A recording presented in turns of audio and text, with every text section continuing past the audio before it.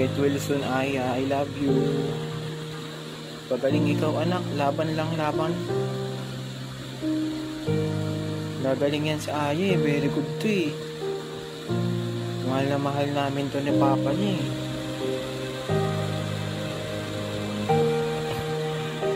Yan po si Aya Marie. Papagaling po siya. Papalakas.